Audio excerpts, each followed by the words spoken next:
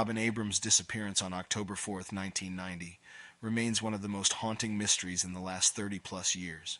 The last person to see her was her father, who waved to her on Goodnow Road in the early evening. That fleeting moment marked the last trace of Robin. She never returned home and was never heard from again. 11 hours later, Robin's red 1989 Dodge Daytona hatchback was found abandoned in Harvey, Illinois, with the doors locked and the keys still in the ignition. Her camera lay inside, untouched, but there was no sign of her. Witnesses reported seeing two men in a tow truck dropping off the car around 10 p.m. The story grew even darker when, at 3 a.m., a neighbor called the police reporting someone breaking into the vehicle. 3 days later, Robin's purse was discovered 3 blocks away, discarded in a residential area. Her wallet was still there, but the credit cards were missing, ominous clues hinting at foul play. The investigation soon revealed a tangled, chilling backstory. Robin had once been in a tumultuous relationship with a married police officer named Anthony Marquez. Their paths crossed in 1987 when she worked at a McDonald's restaurant. He persuaded her to join the Will County Sheriff's Department, where she was hired as a deputy in January 1988. But their relationship turned sour, and the aftermath was brutal. In October 1988, Marquez allegedly smashed a car while Robin was driving with her mother. This marked the end of their relationship, but the harassment continued. Robin filed a complaint against him in November 1988, accusing him of slashing her tires multiple times. Though Marquez faced charges of criminal damage, they were dismissed for lack of evidence. Robin's career took a hit, too. The sheriff's department terminated her just weeks before her probationary period ended in December 1988. Marquez retaliated, accusing Robin of harassment and filing several complaints against her. In May 1989, she was arrested for disorderly conduct and later for reckless driving, with Marquez claiming she tried to run him off the road. However, she was found not guilty.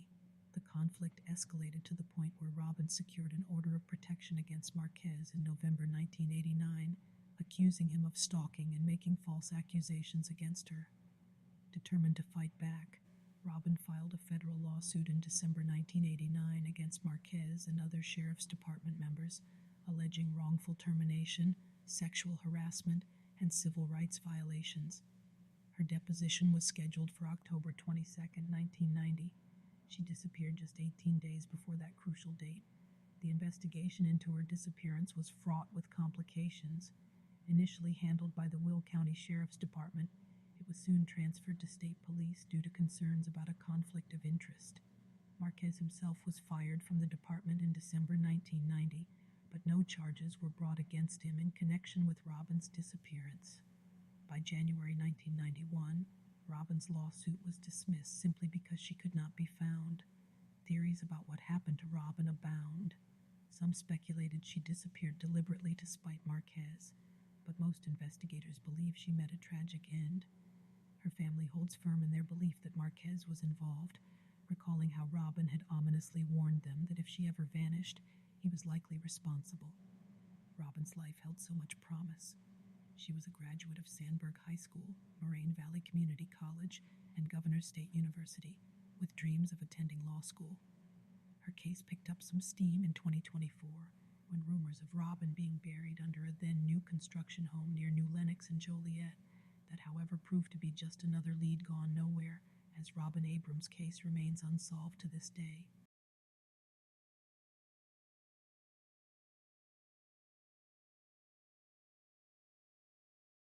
On the evening of May 15th, 1970, Edward and Stefania Andrews attended a cocktail party at Chicago's Sheraton Hotel, an event hosted by the Women's Auxiliary of the Beverage Institute, where Stefania was a member. It was supposed to be a night of socializing and relaxation, but the couple's behavior raised concerns among the other guests. Edward seemed unwell, complaining of hunger, and Stefania was seen crying before they left the event around 9:30 p.m. They departed in their black and yellow 1969 Oldsmobile Sports Coupe, bearing the Illinois license plate BB9986, and that was the last anyone ever saw of them. The parking garage attendant's account added to the mystery. Edward was driving, but he appeared disoriented, struggling to exit the garage and scraping the car door. After finally maneuvering out, he inexplicably drove north in a southbound lane on Michigan Avenue. That strange and unsettling departure would be their final known movements. When the Andrews didn't show up for work the following Monday, their colleagues grew worried and reported them missing. Police visited their Arlington Heights home and found newspapers piling up on the lawn and letters overflowing from the mailbox. Inside, everything was in perfect order, with no signs of a struggle or theft. It was as though the couple had simply vanished into thin air. The investigation into their disappearance only deepened the enigma. There was no activity on their financial accounts, including their stocks, bonds, and 14 credit cards. Edward, a semi-retired accountant, and Stefania, a diligent credit investigator, were known as responsible, hard-working individuals who didn't drink heavily or live recklessly. They had been married for about 7 years and led a quiet, stable life, making their sudden disappearance all the more baffling. One prevailing theory suggested a tragic accident. Perhaps Edward, feeling unwell and disoriented, lost control of the car, and they plunged into the Chicago River. Investigators found potential evidence on Lower Wacker Drive, a concrete pillar with scrape marks and skid marks on the road, suggesting a vehicle might have gone off the bridge.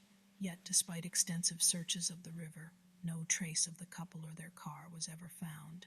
Even a massive cleanup of the river in 1980, which uncovered 12 submerged vehicles, failed to produce the Andrews Oldsmobile. In 1994, the case took a chilling turn when an informant claimed that Edward and Stefania had been murdered by a gang of young men. According to this account, their bodies were placed back in their car, which was then dumped into a shallow pond near Green Oaks in Lake County. Police searched the pond but found nothing. No car, no bodies, no evidence to support the informant's story. Decades later, the disappearance of Edward and Stefania Andrews remains an enduring mystery. Theories abound, but answers are elusive. Did they suffer a tragic accident, their car lost to the depths of the Chicago River? Were they victims of a random, violent crime? Or did something else entirely happen on that fateful night?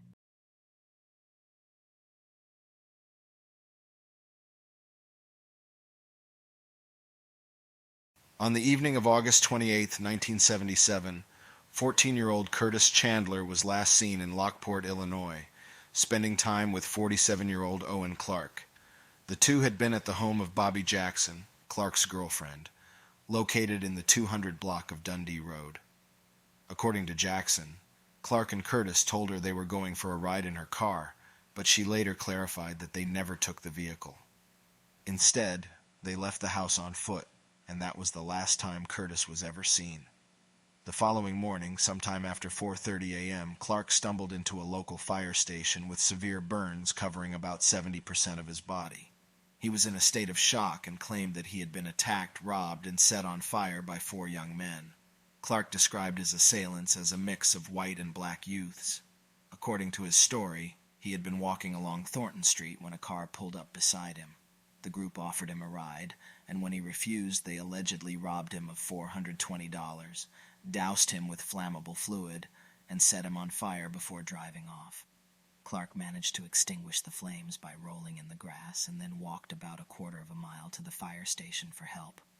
Crucially, he was alone when he arrived. When questioned about Curtis, Clark claimed he had last seen the boy around 11 p.m. the night before. He stated that earlier that evening he and Curtis had used Bobby Jackson's car to go to a store near Thornton Street and Illinois Highway 7. During the trip, the two had argued, prompting Clark to leave the car and go for a walk to cool off. He said he told Curtis to drive the car back to Jackson's house, and that was the last he saw of him. When police went to inform Jackson about the situation, they found her car parked in the driveway, with the keys still inside. Authorities were immediately suspicious of Clark's account and named him a suspect in Curtis's disappearance. However, no charges were ever filed, and Clark took whatever he knew to his grave. He passed away years later, leaving behind unanswered questions. Curtis Chandler had been a student at Taft Elementary School and was eagerly preparing to start classes at Lockport East High School that fall. His family and friends emphasized that he had no history of running away, and his sudden disappearance was completely out of character. Decades later, his case remains unsolved.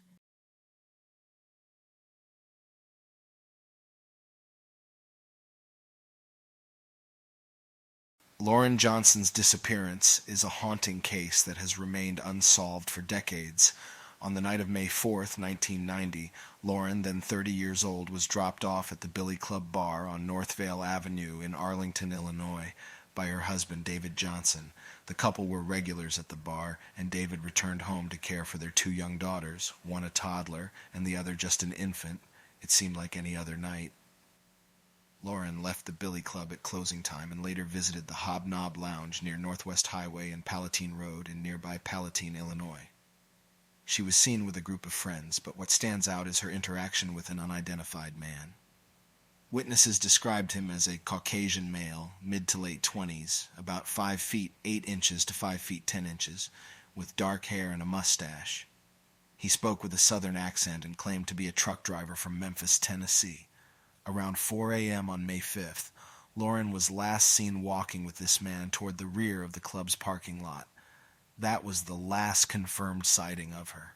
She never returned home, and what happened in those early morning hours remains a mystery.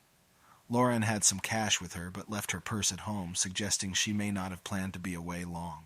David Johnson didn't report Lauren missing until 2 days later. He told authorities he thought she was staying with friends, as she occasionally stayed out late. However, it was unlike Lauren to leave without any notice, especially given her devotion to her children. Friends and family found the delay in reporting concerning. David's behavior raised eyebrows too. He seemed detached when speaking with investigators and reportedly showed little urgency or distress about his wife's disappearance. The Johnsons' marriage had its difficulties. They had previously separated after the birth of their first child, with Lauren briefly moving back in with her parents. Although they reconciled, there were still signs of strain. Police had responded to 2 domestic disturbance calls at their home, but authorities noted no clear evidence of ongoing conflict or abuse. David eventually relinquished custody of their daughters to Lauren's mother just 3 months after her disappearance and moved to Savannah, Georgia. He cut ties with Lauren's family and his daughters, and his current whereabouts are unknown. Despite his refusal to take a polygraph test and his seemingly indifferent attitude, no charges have ever been filed against him, and he has never been officially ruled out as a suspect. Lauren's loved ones describe her as an outgoing, caring mother who had turned her life around for her children. She had no known involvement with another man, and her sudden disappearance shocked those close to her. Theories about what happened that night abound, but no concrete evidence has surfaced. The unidentified man from the bar remains a critical yet elusive piece of the puzzle. Lauren Johnson's case remains open.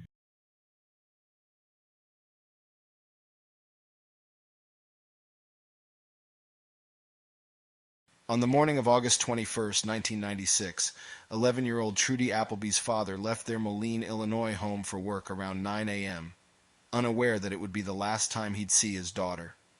Sometime between 9:30 and 10:30 a.m., a neighbor spotted Trudy entering a silver or gray 4-door box-style vehicle, similar to a Chevrolet Celebrity, parked in the driveway.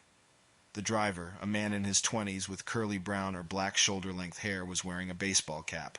That was the last confirmed sighting of Trudy. When her father returned home later that day and couldn't find her, he reported her missing.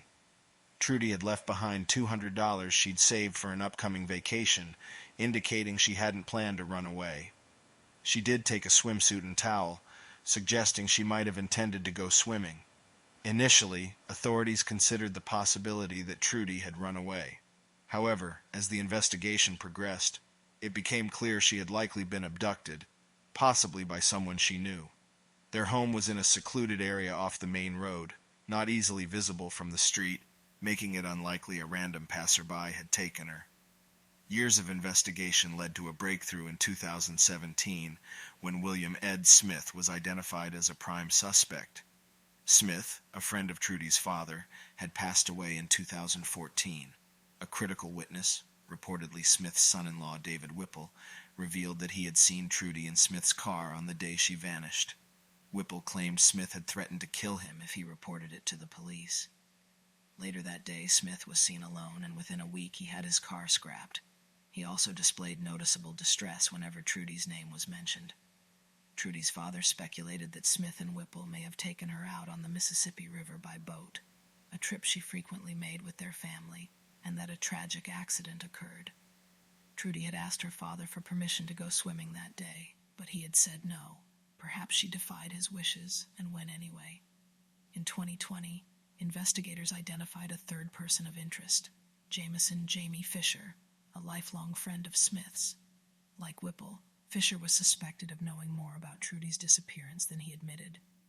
In 2021, Fisher was sentenced to 2 years in prison for an unrelated auto theft conviction.